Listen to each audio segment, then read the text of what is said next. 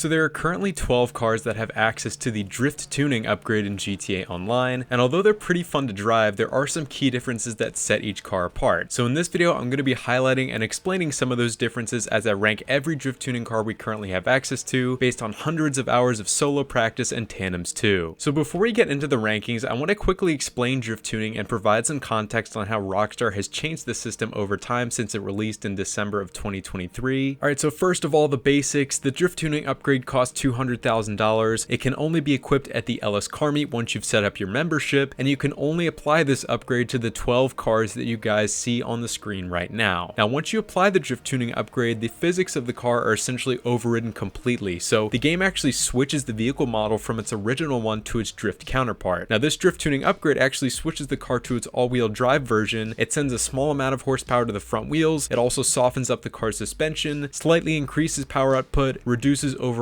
grip, and drastically increases steering angle to make drifting even easier. Now, when this drift tuning upgrade initially released, it was bugged, but actually in a good way. Essentially, Rockstar didn't bother to code out the effects of any pre-applied engine, transmission, and turbo upgrades, so cars that had those upgrades before you applied the drift tuning were much more powerful and faster afterwards, which gave them a massive competitive advantage. Now, eventually Rockstar did learn of this and nerfed the effects of the pre-applied upgrades in online races only, although they still did have an effect when you were drifting in free mode. Now, as of the Bottom Dollar Bounties DLC, these upgrades have been nerfed across the board, so what that means for you guys is that pre-applying the engine, transmission, and turbo upgrades as I've recommended in the past no longer has any effect. Really, all you need for a good drift build with these drift tuning cars nowadays is upgraded armor to help the car take impacts better, and a slightly lowered suspension to varying degrees depending on your taste to reduce some of the body roll and help the handling feel a little bit more responsive. That's exactly what I've done with the 12 cars we're going to be ranking momentarily. In addition, I decided to leave the spoilers stock for the sake of consistency if there are any small effects with those, and that really should be all you need to have fun with these drift tuning cars going forward. Now, before you get into these rankings, I want you guys to keep in mind a couple things. The first is that these cars do feel fairly similar to each other and are all very fun to drive. There are some key advantages and disadvantages of each, which is what this video aims to highlight, but there's not as much of a disparity in drifting performance like there is with some of the low grip drift cars. That made it very hard to rank a lot of these cars. I kind of felt like I was splitting hairs trying to identify the small differences between each one and rank them accordingly. And that'll lead into my final note here. Please keep in mind that this video is simply my opinion on these cars. I'd like to think it's a pretty well-informed opinion given the cumulative hundreds of hours I put into driving these cars, but I know that not everybody is going to agree and everybody's driving style will differ slightly, so feel free to leave any of your thoughts about this list down in the comments, and while you're there, do consider leaving a like on this video and or subscribing to my channel if you like what you see so far. So I think all of my bases are covered now, so let's jump right into these rankings. Alright, so kicking off this list in the number 12 spot, we've got the DeClasse Drift Yosemite. It's still kind of the same story with this truck as I told in my first ranking video at the end of last year. The Drift Yosemite, albeit a really cool truck with a decent price and tons of great customization, just doesn't feel very exciting to drive. While it is relatively smooth due to its good torque and high weight, it still feels very sluggish and has bouts of understeer during transitions and when entering into drifts. Like I've said, all of the cars on this list are pretty fun to drive and aren't all that different. However, I think relatively the Yosemite is the least fun out of the bunch, and that's why I really couldn't rank it much higher than the rest of these drift tuning cars. Next up in the number 11 spot is the DeClasse Drift Tampa. Once again, my opinions from back when this car initially got access to drift tuning really hasn't changed all that much. While the Drift Tampa is a very fast and agile car, it is super prone to understeer and generally just has a bit too much grip to feel natural as a drift car. In addition to that, the Drift Tampa is just such a big and long car that it's not easy to maneuver in tighter, more technical lines and in tandems, especially when so much understeer is at play. Now, don't get me wrong, the Drift Tampa is much more fun to drive than the Drift Yosemite, plus it's pretty reasonably priced and recently got access to a bunch of new liveries with the Bottom Dollar Bounties DLC, but that still wasn't enough for me to want to rank it higher than the rest of the cars on this list. And then in the number 10 spot, it's pretty sad to say, but I decided to put the Fathom FR36 here. First off, I definitely admit that I ranked this car way too high in my initial ranking video, but since then this car was really killed by that power nerf. The extra grunt given by the effects of the pre-applied power upgrades don't give this car much of an advantage anymore, obviously, so it just feels really slow and heavy, and honestly feels a lot like a muscle car in a not so good kind of way. While it does have an adequate amount of torque and weight to keep drift smooth while going a little bit faster in drift than the Drift Yosemite, the lack of power is still super noticeable and the suspension feels too soft and compliant, which results in a lot of understeer. The customization and overall styling of the FR36 combined with the slightly more natural feeling drift handling were able to get it up to the number 10 spot, but unfortunately I really couldn't rank it much higher than that. Slightly improving things, we've got the Ubermax Sentinel Classic widebody in the number 9 spot. Kind of like I did with the FR36, I think I initially spoke a little bit too highly of this car, and after doing some more testing with it, it definitely is a bit more quirky and tricky to drive smoothly. While it does have pretty good power and great agility, it just feels a bit too grippy, snappy, and prone to understeer, mainly because the car is so lightweight and low to the ground. Because you've got a bit less momentum behind you to keep drift smooth, the Sentinel Classic widebody doesn't feel the most natural as a drift car and will take a lot of finesse to properly control. The fact that it's relatively fun to drive and has amazing customization as a Benny's vehicle got it up to the number 9 spot, which I think is pretty fair. Next up in the number 8 spot, we have the Karen Fudo GTX. Now this is one of those cars that really requires a lot of practice to drive well, which is partially why I ranked it a bit lower on this list. The Fudo initially feels very awkward as a drift car because it just doesn't feel as agile and it has a lot more body roll than you'd expect given how low the car is to the ground, but after a little bit of practice you start to realize that this car actually has pretty good power and the gearing definitely helps to make the car feel a bit faster. Again, I decided to rank it a bit lower on this list because it's not very agile and fast while you're drifting, but it still is decently smooth and easy to drive. It's also got some great customization with a bunch of new liveries recently added to it as well, so I do think it's a really good pick for the number 8 spot. Getting into the midfield with these cars, we've got the Dinka Jester RR in the number 7 spot. Honestly, the Jester RR is a really solid and well-balanced car. It doesn't have all that much power, but the gearing helps to make it feel a bit more responsive. It's also on the heavier side, which helps to keep it smooth during drifts, but it's not heavy to the point that it feels hard to maneuver. I wish I could rank the Jester RR a bit higher on this list, but I decided to drop it down because it can feel a bit slow and generally not very competitive doing things like drift races or tandems, plus its suspension feels almost unnaturally soft and more compliant than you'd expect, which causes quite a bit of understeer. It's also one of the more expensive drift cars on this list and it doesn't have the most diverse customization, so although it is a pretty solid car, I still think you could do a lot better in terms of performance, cost, and customization. Moving into the top 6 cars, we first have the Annis Euros. I personally really like the way the Euros drives in that it's very responsive, agile, and easy to toss around, which makes it a really great car for tight and technical lines, tandems, and for beginners to start learning faster drifts with. However, it's kind of a similar story to the Sentinel Classic widebody, as the Euros can feel a bit too lightweight and grippy, especially when you're trying to extend out longer and faster drifts. In those instances, weight isn't on your side to provide the momentum you need to keep those longer slides going, and the car runs out of power fairly quickly. A slightly smaller complaint is that I think the Euros would do well with a bit more visual customization like bumpers and other body panels, but beyond that, it's pretty fun to modify and does come in at a reasonable cost. Overall, it's definitely a great example of a mid-tier drift car. It's not the best, but it's also not the worst. And in the number 5 spot, we've got the newest drift tuning car to come to GTA Online, the Benefactor Vorschlag Hammer. I really hope I'm saying that right. The Vorschlag Hammer, or however the hell you say it, is such a sleeper and is deceivingly fast as a drift car. While it does feel on the heavier side and its handling isn't the most responsive, the Vorschlag Hammer definitely does have good torque and consistent power to keep it going through most drifts you'd be doing. As I mentioned in my initial review video for this car, the suspension does feel a little bit too soft, which can result in some understeer, especially during higher speed drifts, plus the gearing feels a bit long, which makes extending out those long drifts a bit tough, so it's not going to be the easiest car for everybody to learn to drift in. However, it is really rewarding with a little bit more practice. The only other complaint I have about the Vorschlag Hammer is the arbitrary interior customization and the filler necks that it adds onto the trunk when you equip the drift tuning, which I think to be really annoying. I wish the Rockstar just gave us the option to do that ourselves rather than just add it without our control. However, overall, I think this is a really fun and unique drift car that's definitely worth trying. In the number 4 spot, we've got a car that I initially really didn't like all that much, the Ubermax Cypher. Now, I tend to have the most fun drifting in GTA Online when I'm doing some more slower, controlled, and smoother tandems, and the Cypher kind of flips the script totally there. It's a lot faster and tends to have a bit more grip than most other drift tuning cars, which makes it super tough to master. Without a bit more aggressive wheel work and left foot braking, this car does feel very grippy and does have a strong tendency to understeer, so it's definitely not the smoothest. However, I definitely do see the Cypher being a great competition car given its great overall speed and agility. It kind of feels like the Banshee 900R in some ways, given that it does have its quirks when it comes to handling, but is still very rewarding once you've mastered it. If you guys initially ignored this car and kind of shrugged it off given the review that I gave, I'd highly recommend maybe giving it another shot like I did, and I think you will start to enjoy it with a little bit of time. Now, finally moving up to the podium, I decided to put the Volker Nebula Turbo in 3rd place. I honestly honestly could drive this car for days or weeks at a time and I just wouldn't get tired of it. The Nebula Turbo is so incredibly smooth and easy to drive, plus it has great torque to hold slides at almost any speed you'd want to drift at. Now don't get me wrong, the Nebula Turbo definitely is much heavier than some of the other cars on this list, and it also has a bit more body roll, just generally feels a bit more boaty, which does make the car feel pretty slow, but with its power, gearing, and just the amount of torque it has, it just keeps pulling through those long and smooth drifts. It's kind of surprising that it does it really without any issues. While it's really not the most competitive or fastest car, I think the Nebula Turbo is just so satisfying to drive and do tandems with, and especially knowing how this car felt with low grip tires and now how it is with drift tuning, it is worlds better. Combine that with its relatively good price and decent customization, and I think it's a great candidate for the number 3 spot given the enjoyment you're going to get out of this thing. Now in the number 2 spot, I've got another personal favorite drift car, the Annis ZR350. This car has always been towards the upper end of the drift tuning cars and still manages to perform really well even with the power nerf in place. Now the ZR350 feels a lot like the Nebula Turbo in that it's very smooth and has good power, although the ZR350 is lighter and generally a lot more agile. It does have a slight tendency to understeer given its softer and more spongy suspension, but it still handles most entries, transitions, and tandems just fine. The gearing and overall speed allows the ZR350 to feel faster in a drift without feeling like you're running out of power. Combine that with its iconic styling and great customization, and you've got an awesome drift tuning car well deserving of the number 2 spot. And finally, we have the king of the drift tuning cars, the Annis Remus. I'm sure a lot of you guys were expecting this and might think this car is a bit played out, but there's just no denying how perfect of a balance the Remus is. Everything that the ZR350 and the Nebula Turbo did great, the Remus does even better. It feels very smooth, fast, agile, and usable for any type of drifting you plan on doing. This isn't one of those foot to the floor kind of cars and definitely does require a bit more practice to get right, but with only just a little bit of seat time, this car can be an absolute weapon and is so fun and satisfying to drive. While it does have some very small flaws, including a slight tendency to want to understeer and catch a bit of traction due to its low weight, I still believe the Remus is the best combination of power, handling, and agility. Not to mention that it's based off of an iconic drift car, it has awesome customization, and also just got a bunch more liveries to kit it out even further. Again, the Remus is fairly overrated and does seem a bit played out, but I believe that's for a lot of great reasons, and I really don't think any of the other drift tuning cars could top it. And that is a wrap on my rankings of every single drift tuning car that we currently have access to here in GTA Online. Now, although I do wish the selection for these drift cars was a lot larger, I still think we have quite a few good candidates that are an absolute blast to drive, and I'm really hoping that this video did them the justice that they deserve. If you happen to find this video helpful or informative at all, feel free to drop a like on it, leave any feedback or questions that you might have down below in the comments, and also consider subscribing if you'd like to see more videos just like this one. Thank you guys all so much for watching, and I will see you guys in the next video.